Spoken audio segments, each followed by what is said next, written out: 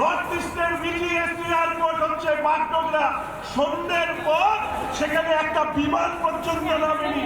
আর আজকের দিনে দাঁড়িয়ে আমাদের কেন্দ্রের সরকার রাজ্যের সমস্ত বাধাকে অতিক্রম করে আমাদের মাননীয় সাংসদ রাজু মিশ্রা, মাননীয় সাংসদ জয়ন্ত রায়, আমাদের মাননীয় অন্যান্য সাংসদের সহায়তায় আজকে বাগডোগরা এয়ারপোর্ট সম্প্রসারণের থেকে শুরু করে এনজিপি রেল স্টেশন থেকে শুরু করে বালাসন থেকে আমাদের সেবকর্তী, আমাদের এলিভেটেড রোড থেকে শুরু করে এই মুহূর্তে দাঁড়িয়ে উত্তরবঙ্গের মানুষের জন্য কেন্দ্রের সরকার পরিকাঠামোগত খাতে 50,000 কোটি টাকারও বেশি তারা খরচ করছে।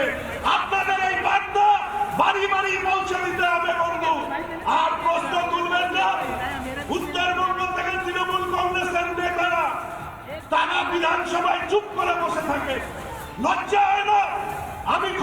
আমি দেখছিলাম টিভিতে একজন ক্লিপিংস পাঠিয়েছে, আমাদের শিলিগুড়ি শহরের মাননীয় মেয়র তিনি মমতা ব্যানার্জিকে ফোন করেছেন, মাননীয় মুখ্যমন্ত্রীকে, যে মোদী সাহেবের জনসভা হচ্ছে, একটু 4 গাড়ি জল পাঠাবো।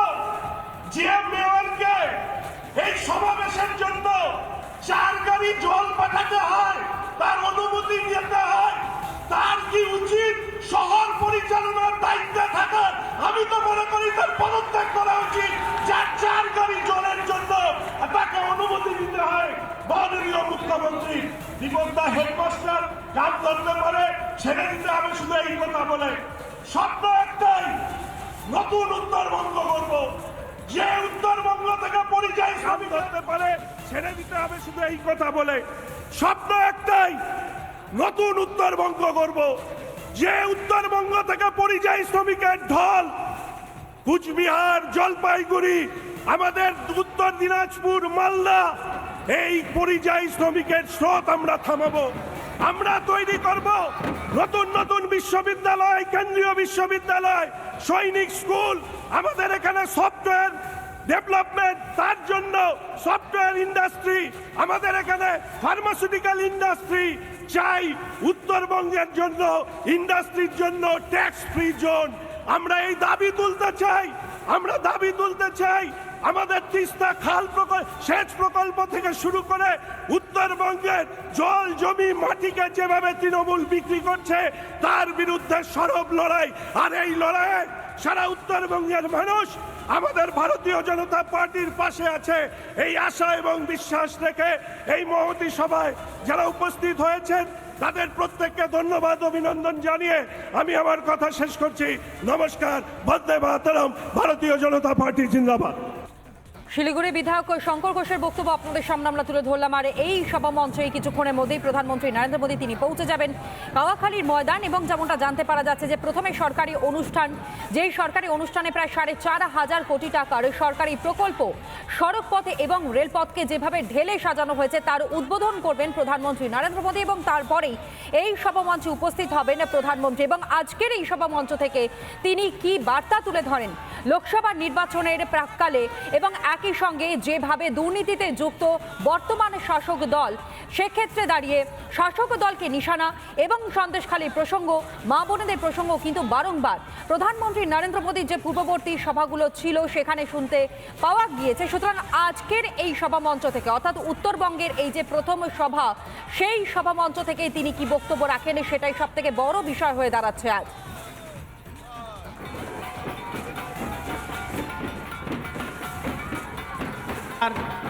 यानी राजवंशी, आदिवासी, गोरखा, कोच, मेचे, टोटो, बंगला भाषी, हिंदी भाषी अपने परिवार के सदस्यों से मिलने आ रहे हैं और मैं सब आपकी ओर से उनका हार्दिक स्वागत करता हूं, हार्दिक अभिनंदन करता हूं। और प्रधानमंत्री जी ने पूरा ये दार्जिलिंग और नॉर्थ बंगाल को विकास में प्रायोरिटी पे रखा है और मुझे ये मंच से ये कहते हुए बड़ी खुशी हो रही है, आज केवल दार्जिलिंग एक कॉन्स्टिट्यूएंसी के अंदर में 50 বিজেপি নেতৃত্ব তারা ইতিমধ্যে সেই মঞ্চে উপবিষ্ট হয়েছেন, বক্তব্য রাখছেন, সেদিকে আমরা নজর রেখেছিলাম। ঠিক তার পাশাপাশি এই মুহূর্তের আবহাওয়াটা জানবো। তুষার আমাদের প্রতিনিধি আমাদের সঙ্গে রয়েছে। তুষার, সময় আর বেশি নেই, কিছুক্ষণের মধ্যেই প্রধানমন্ত্রী তিনি সেখানে পৌঁছে যাবেন। সাধারণ মানুষ, বিজেপি কর্মী সমর্থকদের মধ্যে উচ্ছ্বাসটা তোমার মধ্য দিয়ে একটু দর্শক বন্ধুদের সামনে তুলে ধরবো। তুষার,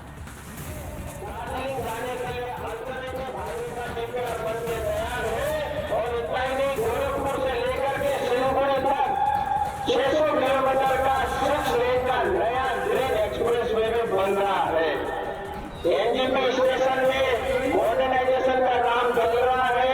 3 घंटे क्षेत्र को मिला है। মানুষের জনস্রোত তৈরি হয়েছে, তুমি দেখতেই পাচ্ছ জনস্রোত, যে কাওয়াখালী মাঠের চারিদিকে যে রাস্তা রয়েছে সেই রাস্তার উপরে পর্যন্ত মানুষের ঢল নেমেছে, এবং সেই রাস্তা তো নয়, এবং যেই মাঠ রয়েছে সেই মাঠে কিন্তু মানুষের জনস্রোত রয়েছে। সাধারণ বিজেপি কর্মী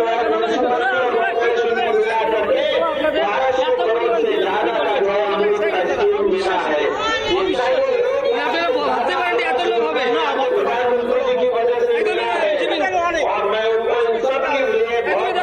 দেখতেই পাচ্ছি কিন্তু প্রচুর পরিমাণে লোক কিন্তু জমা হয়েছে, কিন্তু বক্তব্য শুরু হয়েছে সেখানে কিন্তু প্রচুর পরিমাণে মহিলা থেকে শুরু করে ঢল নেমেছে। মানুষ যেইভাবে আসবে এমনটা কিন্তু এক্সপেক্ট করতে পারেনি। বিজেপির প্রধানমন্ত্রী আসছে, এই জন্য আমরা আসছি, আমরা বিজেপি করি। জয় শ্রীরাম प्रत्येक কিন্তু স্লোগান দিচ্ছে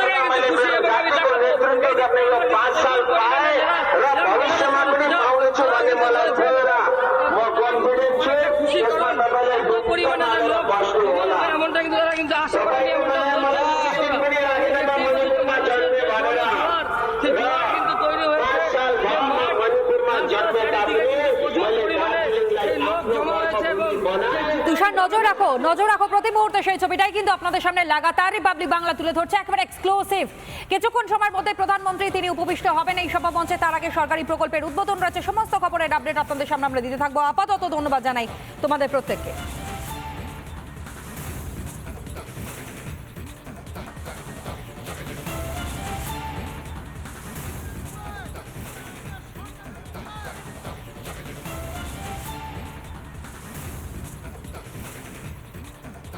শিলিগুড়িতে মাননীয় প্রধানমন্ত্রী আসা মানে সমগ্র উত্তরবঙ্গের মধ্যে একটা আলাদা সেন্সেশন তৈরি হয়। কয়েক মাসের মধ্যেই তো লোকসভা নির্বাচনের ফলাফল বেরিয়ে যাবে। অপেক্ষা করুন, গোটা বাংলাকে গেরুয়া দেখতে পাবেন। তৃণমূল আগামীকাল ব্রিগেডে বলছে রেকর্ড ভিড় হবে। তৃণমূল আপনাদেরকে চ্যালেঞ্জ ছুটছে। মানুষ মোদি মোদি করে চিৎকার করেছে, জয় শ্রীরাম বলে চিৎকার করেছে। এটা তৃণমূল কংগ্রেসের হৃদিকম্প ধরেছে। তো মানুষ যখন টেনশনে পড়ে তখন এরকম অনেক কিছুই করে।